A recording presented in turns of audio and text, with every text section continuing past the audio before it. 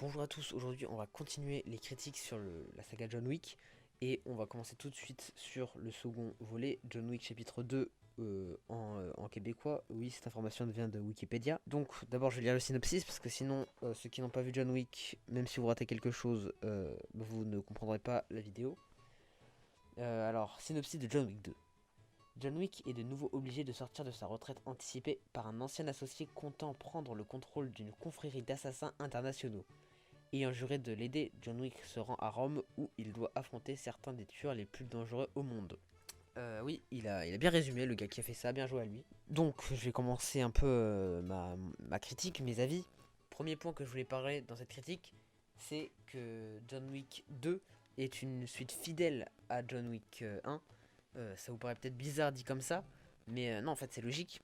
C'est que beaucoup de suites actuelles sont de mauvaises suites, ce qui n'est pas normal. Alors que dans le cas de John Wick 2, bah, je trouve que c'est une bonne suite, c'est une suite même cohérente par rapport à la fin du premier film. Ensuite, je trouve que dans John Wick 2, ce qui est bien, c'est qu'ils ont sûrement eu beaucoup plus de budget et plus de liberté. Du coup, ils ont pu se permettre de faire plus de combats et de meilleures cascades surtout. Et ça, c'est bien parce que franchement, dans John Wick 1, il y avait déjà de très bonnes cascades. Mais là, les cascades sont encore mieux travaillées. Enfin, en vrai, il y a tout qui est un peu embelli, si je puis dire. Et ça, j'ai pas eu l'occasion d'en parler dans la première critique, dans la première vidéo. Mais les effets visuels, déjà dans John Wick 1, il n'y en avait pas beaucoup. Même dans John Wick, dans la saga John Wick, en général, il n'y en a pas beaucoup. Mais c'est généralement utilisé quand John Wick il tire sur des gars, la tête elle explose, il y a une voiture en feu, enfin voilà, ça sert à ça les effets visuels. Il y en a très peu vu que la plupart des choses qui nécessiteraient entre guillemets des effets visuels, c'est les cascades. Et là c'est des vrais cascadeurs qui les fait, donc qui les font pardon. Donc au final il y a pas vraiment besoin de créer des gens en 3D tout ça.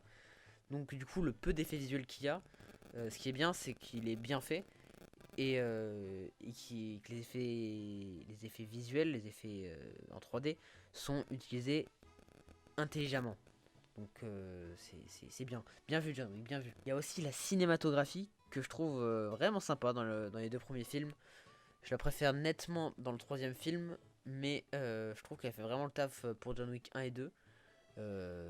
Voilà, pas d'autre chose à dire en plus. Et le dernier point, c'est que je trouve que John Wick étend son univers et que c'est vraiment parfait. Je trouve que c'est une. Au final, c'est un peu comme ce que j'ai dit dans le premier point, c'est que c'est une suite logique. Mais là, ce qui est bien, c'est que ça reprend les codes de John Wick 1 et tout ce qui a déjà été établi dans John Wick 1, ça le rétablit et ça l'améliore dans John Wick 2, pardon. C'est pas facile à dire, John Wick. Ce qui est bien, c'est que John Wick 2 améliore l'univers de John Wick et ça crée un lore cohérent et tout. Et moi, je kiffe ça. Voilà, j'ai que ça à dire pour cette petite critique. Euh, voilà.